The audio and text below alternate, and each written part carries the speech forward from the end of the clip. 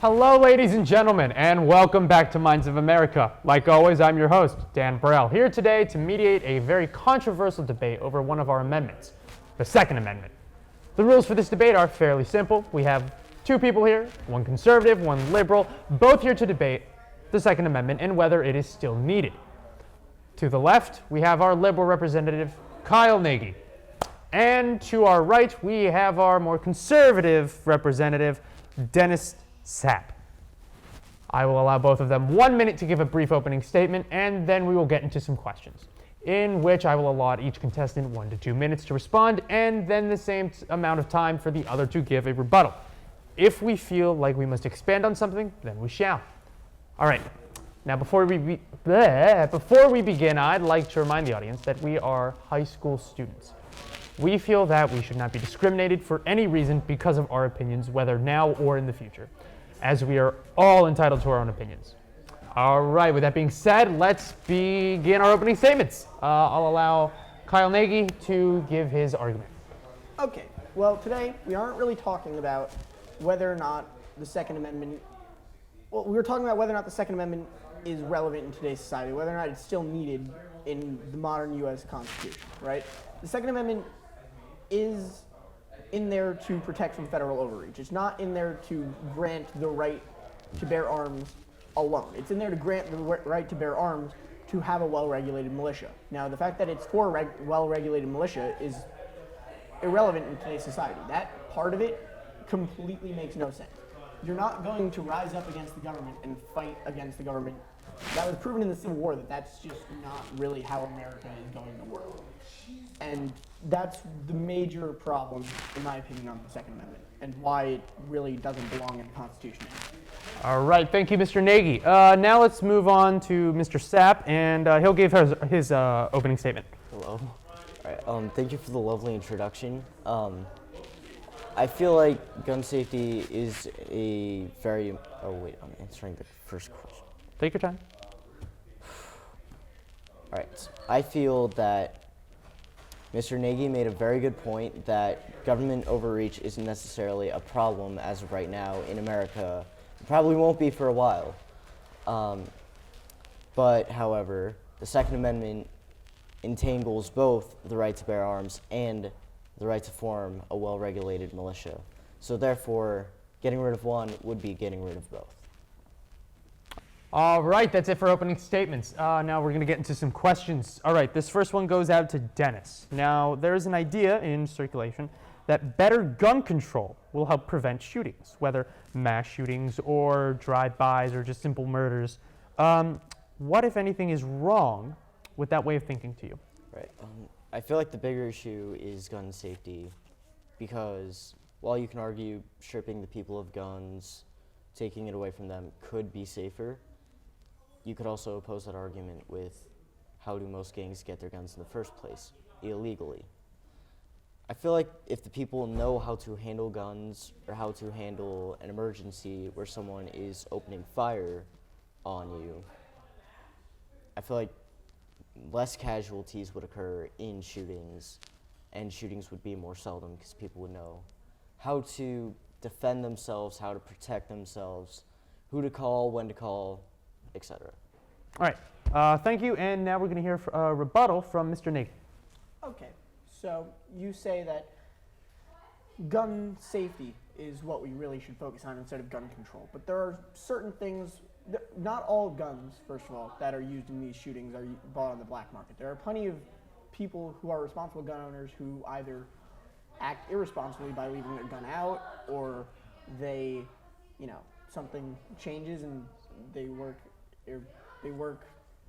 they change how they are, right? Not everyone who buys a gun is in the best state to be buying a gun, and that's a problem. You can't buy a gun if you have some sort of mental illness that might cause problems. If you have access to dangerous weapons, that's a problem. If you have access to, assault rifles or semi-automatic rifles with bump stocks, that's a problem.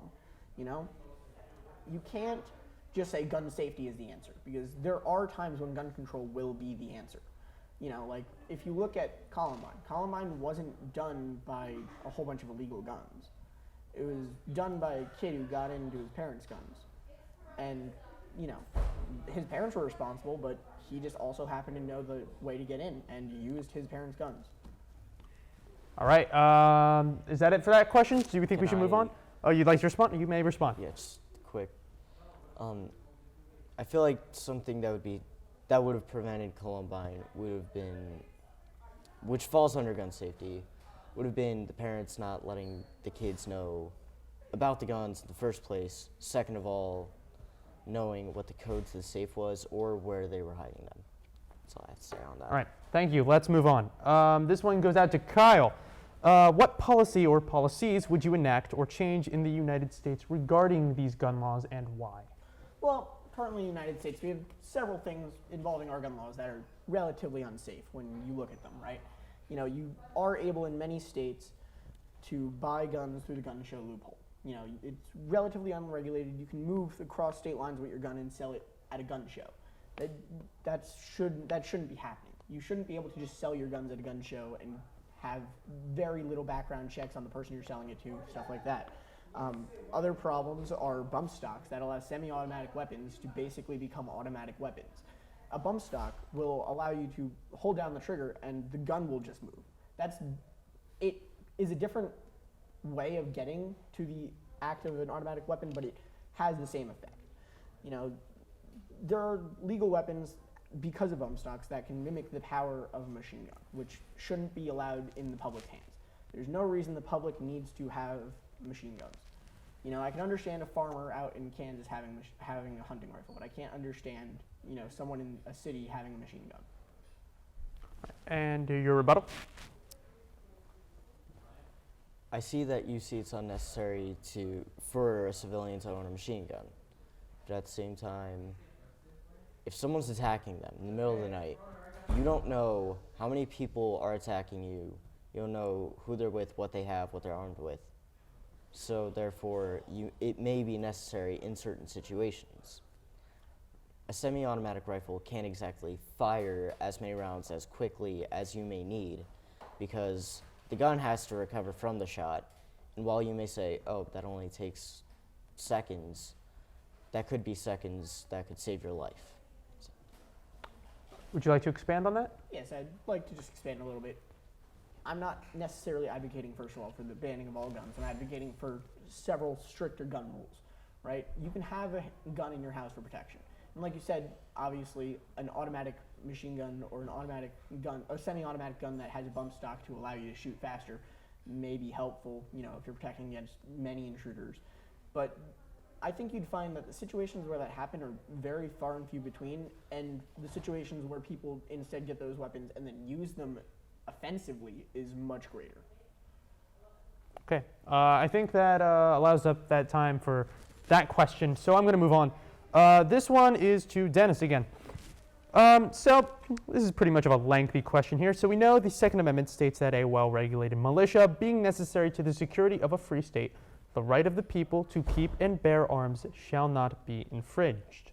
My question is this still relevant, and why? This is a tough question because it goes very deeply with an argument that's probably been built for many, many years against our amendment rights. And to answer that, half of the Second Amendment is relevant today. The other half is not as necessary because as of right now, we're not facing government overreach. We're not facing a military takeover. We're not facing that. That's as of right now. And I don't think that'll be a problem in the future as long as we have our Second Amendment. And I feel like most people are very concerned about the wording of the amendment, because while people may advocate to get rid of it only because of the wording, that also gets rid of the right to bear arms, and that's obviously a problem. All right. Thank you. If you want to expand on that, you can. There's no rebuttal here because my next question is the exact same thing, only to you. how is the Second Amendment no longer relevant in modern society? After this, if you guys want to argue back and forth, you may. I just want to ask you that question first. Okay, well, like Dennis said, there are two major parts of this amendment to the Constitution. First of all, you have a well-regulated militia being necessary to the security of a free state, right? The states aren't really in a position where they can fight back against the government anymore. If they wanted to, they couldn't. That was proven in the Civil War, and that was almost 150 years ago. The states cannot fight back against federal government, and they don't really need to. We don't worry about that kind of federal overreach anymore. But then you have the second part of the amendment, which is the right of the people to keep and bear arms. It shall not be infringed, right? So it shall not be infringed. But does that belong as an amendment in the Constitution, right? It can easily be made into a law. It doesn't need to necessarily be up there with things like our freedom to speech and our freedom of press. It's not that pressing of an issue that it really needs to be a part of this super important legal document that bases almost all of our legal system off of it. All right, if you'd like to give a rebuttal to that, you may. Yes, I would like to give a rebuttal. I feel like it is just as important as our freedom of speech and our freedom to withdraw from court. It's as important as those, because without the Second Amendment, the government can easily strip those away because there would be nothing to fight them back. And while you may argue back, you couldn't fight them back even with your guns, even with whatever arsenal you had. You have a better shot. You have a fighting chance to go down with what you believe in versus being oppressed. Okay, would you like to respond to that, or should we just move on? I'll just say something quick, right? Okay. Like you said, I would argue that you can't fight back against the government. That was proven in the Civil War. They fought for what they believed in. What they believed in was wrong, but they did fight for what they believed in, and they failed. You cannot fight against what is now, in modern society, the only global superpower. You, as an individual, really can't fight back against it. We have a democracy, so you can vote and put forth ideas into it, but you can't fight it. All right, my next question goes to Dennis. Now, it is a known fact, that the U.S. has a very big history of domestic gun violence. What, if anything, do you propose as a solution, and why? I propose not giving 8-year-olds guns, but introducing That'd be helpful, yeah. introducing them to what a gun looks like and how it works. This way they know, and they bring their kids up knowing how to be safe around guns, how to own one, keep it maintained well, keep it out of bad hands, and to keep themselves out of trouble with it. I feel like if you teach kids at a young age how guns work and everything about them, the history behind them, I feel like if you do that, you can solve a bunch of issues. Okay, so a better, more responsible gun culture. Yes. Okay, all right. Your rebuttal to that? I think that what he said is entirely true. A better, more responsible gun culture is a great way to prevent gun violence in America. But also preventing people from owning things like guns with bump stocks, like, weapons that really don't belong in the hands of civilians helps very much so as well. All right. Cool, we found some common ground there. That's a first. All right, my question now goes out to Kyle. All right, this one was submitted actually by one of our other hosts, Matthew Egan, who appears on some of our debates. So his question is, so if we banned guns, what would you do for the people in remote parts of, say, Alaska or rural America who rely on these guns for both putting food on the table and possibly defending themselves? Well, first of all, I think it's relatively silly to ban guns. Nobody is advocating, well, there are people advocating for the banning of guns in society, but there are people like those people in Alaska and rural America who depend on guns for hunting and for protection of their own homes. That is fair. It's completely fair. But also, those aren't the people that I'm talking about. I'm talking about the people in, inner cities that cause street violence with their, heavy guns and people who shoot schools. All right, your rebuttal to that? Yes. If you do if you do enforce stricter gun laws and you do enforce stricter gun control, that does affect them too. So you may not be thinking of them right now in the picture of what you're saying, but it does still severely affect them.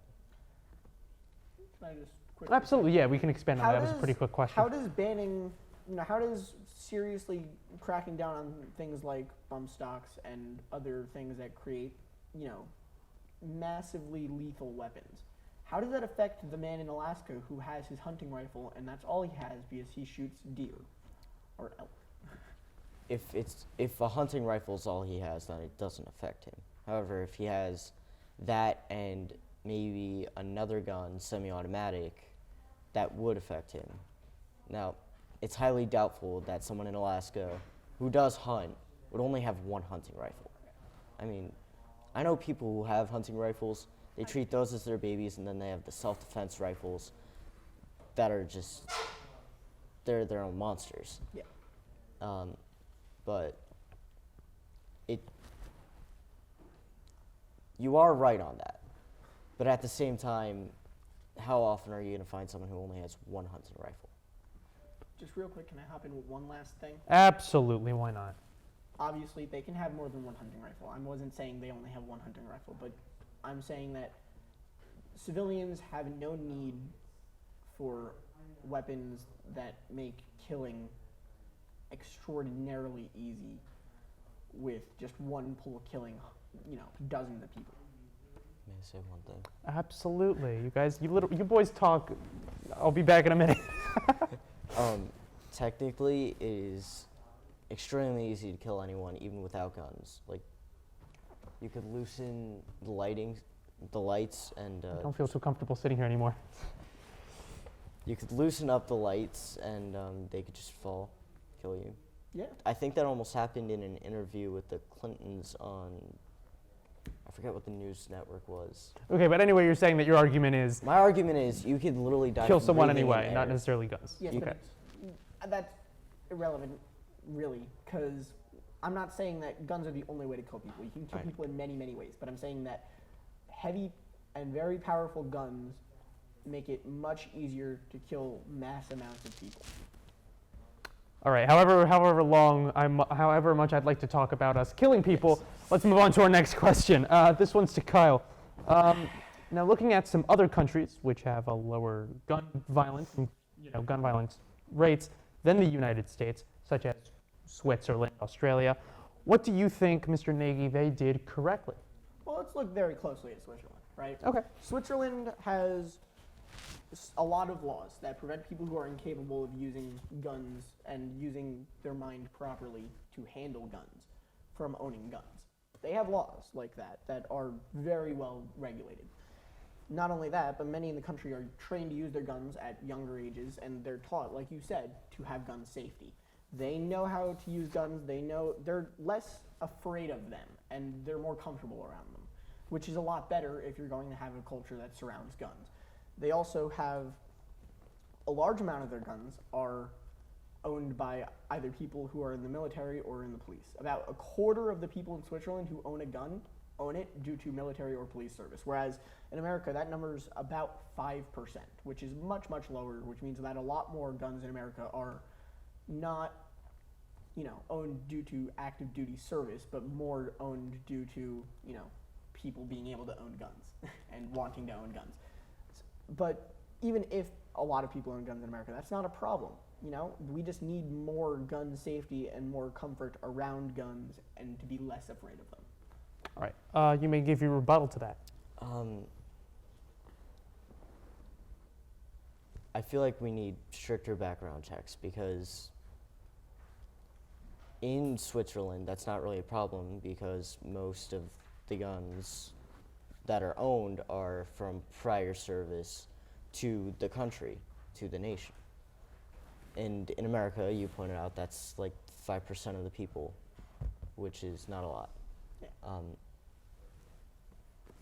I feel like stricter background checks need to be put in place because if someone's had a history of violence, history of mental health issues, you should probably hold off on giving them guns this way. Right. We all know this. Wait, what was I about to say? All right. Do we need to expand on this anymore, or do we want to just No, I think move we're on? good. All right, I we think think we're we're good. good. All right. That's I fine. forgot my argument. Oh no, that's perfectly fine. You gave a beautiful response. All right. This is our last question, and again, we're going to Kyle for this one. Sorry about that. We don't have too many questions for you. This is again for Kyle. It is a concern. All right. It is now a concern that banning weaponry or abolishing the Second Amendment will restrict the public's freedom. What is your argument against this? Well, I have several arguments against this. First of all, as I've said multiple times today, I'm not in favor, and neither is many of the people who are in favor of regulating guns heavily. A majority of people are not in favor of completely banning guns. You know, people can still own guns. You can still hunt with guns. You should still be able to, you know, have a pistol in your home if you live in a dangerous city. You know, you should be able to do these things, but they need to be restricted heavily with, you know, background checks and making sure that civilians don't have access to military grade weaponry, because that's ridiculous. And like I said, like the question says with freedom, right? And like he actually said with freedom, you're not restricting freedom that was already restricted heavily by, let's just go with the Civil War again. Because the Civil War was the people fighting back against federal overreach that they felt was wrong, and they said, okay, we're going to use our Second Amendment right. And they failed. They showed that you're not going to fight back against America if you're in America. And, you know, saying that you're restricting the public's freedom by, you know, getting rid of the Second Amendment is pointless, because the people who own guns are never going to be able to fight back against the military superpower that is the United States. All right. We're going to hear from your rebuttal real quick. Okay,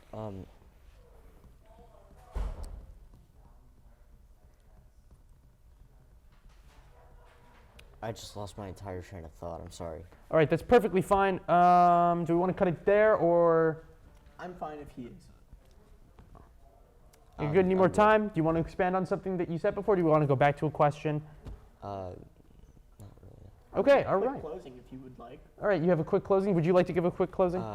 You first. Okay, absolutely. The Second Amendment, as I've said several times during this, I'm not in favor of removing what the Second Amendment says entirely. I'm saying that the part about a well-regulated militia is pointless in modern society, and the part about just owning guns is irrelevant to the Constitution, really. It's not something that should be the backbone of American society. If we want to make laws saying that you can or cannot have guns, that should be part of Congress's duty creating laws, not part of, you know, the U.S. Constitution being ruled on by the Supreme Court.